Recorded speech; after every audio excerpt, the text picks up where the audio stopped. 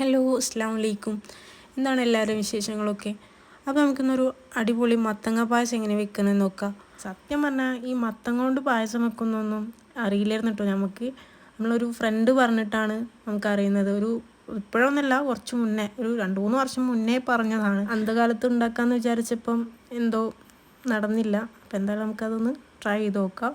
അപ്പോൾ അതിനായിട്ട് ഇങ്ങനെ ക്യൂബ്സായി കട്ട് ചെയ്ത മത്തനിലേക്ക് പാകത്തിന് ഉപ്പും വെള്ളവും ചേർത്തിട്ട് നന്നായിട്ടൊന്ന് വേവിച്ചെടുക്കാം. അപ്പോൾ നമുക്ക് എളുപ്പത്തിന് വേണ്ടിയിട്ട് നമ്മൾ കുക്കറിലിട്ടിട്ടാണ് വേവിച്ചത്.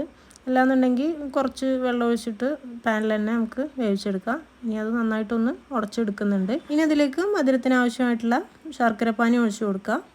പിന്നെ ഈ മത്തനും ശർക്കരപ്പാനിയും ഒക്കെ കൂടെ നന്നായിട്ടൊന്ന് മിക്സായിട്ട് വരണം. ഈ മധുരമൊക്കെ നല്ല മത്തനിൽ പിടിക്കുന്ന രീതിയിൽ നന്നായിട്ടൊന്ന് മിക്സ് ചെയ്തെടുക്കുക. നന്നായി കുറുകി കളറൊക്കെ നല്ലൊരു ബ്രൗൺ കളറായി വരുമ്പോൾ നമുക്കതിലേക്ക് 2ാം പാൽ ഒഴിച്ചു കൊടുക്കാം. ഇനി അതും നന്നായിട്ടൊന്ന് മിക്സ് ചെയ്തെടുക്കാം. ഇനി നമുക്ക് 2ാം പാൽ ഒഴിച്ചു കൊടുക്കുമ്പോൾ ഫുൾ ഒഴിക്കുന്നില്ല, കുറച്ച് നമ്മൾ മാറ്റി വെച്ചിട്ടുണ്ടായിരുന്നു. അതിലേക്ക് ഒരു 2 ടേബിൾ സ്പൂൺ റാഗിപ്പൊടി നന്നായിട്ടൊന്ന് മിക്സ് ചെയ്തിട്ട് ഇതിലേക്ക് ഒഴിച്ചു കൊടുക്കുന്നുണ്ട്. നമ്മളെ പായസം ഒന്ന് കട്ടിയായി കിട്ടാനാണ്. കാരണം മത്തൻ മാത്രമായിരിക്കുമ്പോൾ അത് അങ്ങനെ ലൂസായിരിക്കും. അപ്പോൾ ഒന്ന് തിക്കായി കിട്ടാൻ വേണ്ടിയിട്ടാണ് ഇത് കലക്കി ഒഴിക്കുന്നത്. ഇനിയിപ്പോൾ റാഗിപ്പൊടി ഇല്ലയെന്നുണ്ടെങ്കിൽ കുഴപ്പമൊന്നുമില്ല, 2 ടേബിൾ സ്പൂൺ അരിപ്പൊടി കലക്കി ഒഴിച്ചാലും കുഴപ്പമില്ല കേട്ടോ. ഒരു 5-6 മിനിറ്റ് അതൊന്ന് കൈവിടാതെ ഇളക്കുക. റാഗിപ്പൊടി ചേർത്തുകൊണ്ട് തന്നെ കട്ടായിട്ട് കെടുക്കാൻ ചാൻസ് ഉണ്ട്, അതുകൊണ്ടാണ്. അപ്പോൾ ഇനി അത് നന്നായിട്ടൊന്ന് കുറുകി വരുന്ന സമയത്ത് നമുക്കതിലേക്ക് ഒരു ടീസ്പൂൺ നെയ്യ് ചേർത്ത് കൊടുക്കുന്നുണ്ട്. അപ്പോൾ ഇനി അതും നന്നായിട്ടൊന്ന് മിക്സ് ചെയ്തെടുക്കാം. അതിനിതിലേക്ക് കുറച്ച് ഏലക്കാപ്പൊടിയും കൂടി ഇട്ടിട്ട് നന്നായിട്ടൊന്ന് മിക്സ് ചെയ്തെടുക്കാം. അതിനുശേഷം ഇതിലേക്ക് തേങ്ങാപ്പാൽ ഒഴിച്ച് കൊടുക്കുന്നുണ്ട്.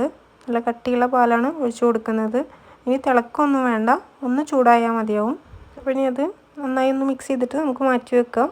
അപ്പോൾ ഇനി ഒരു പാനിലേക്ക് നെയ്യ് ഒഴിച്ച് തേങ്ങ കൊത്തിട്ട് നല്ലൊരു ബ്രൗൺ കളറായിട്ട് വരുമ്പോൾ നമുക്കൊന്ന് വറുത്ത് മാറ്റി വെക്കാം. ഇനി അതിലേക്ക് തന്നെ കുറച്ച് ബദാമും കൂടെ ഇട്ട് കൊടുക്കുന്നുണ്ട്.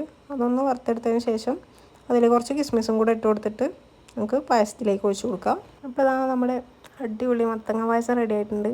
അപ്പോൾ എല്ലാവരും ഒന്ന് ട്രൈ ചെയ്ത് നോക്കുക, ഫീഡ്ബാക്ക് അറിയിക്കാം. അപ്പോൾ നമ്മൾ ഫ്രണ്ട് ചെഞ്ചലാണ് നമുക്ക് ഈ ഒരു പായസം ഉണ്ടെന്ന് ആൾ പറഞ്ഞത്. കാരണം എനിക്കറിയണ്ടായിരുന്നില്ല മത്തനോണ്ട് പായസം വെക്കും എന്നുള്ളത്. അവൾ ചിലപ്പോൾ ഇത് മറന്നേ പോയിട്ടുണ്ടാവും, പക്ഷേ എനിക്ക് അന്ന് അവൾ പറഞ്ഞ ഒരു ഓർമ്മയാണ്. ഓർത്ത് വെച്ചത് എന്തായാലും വെറുതെ ആയില്ല. സംഭവം ഉഷാറാണ്. എല്ലാവരും ഒന്ന് ട്രൈ നോക്കിക്കോളി.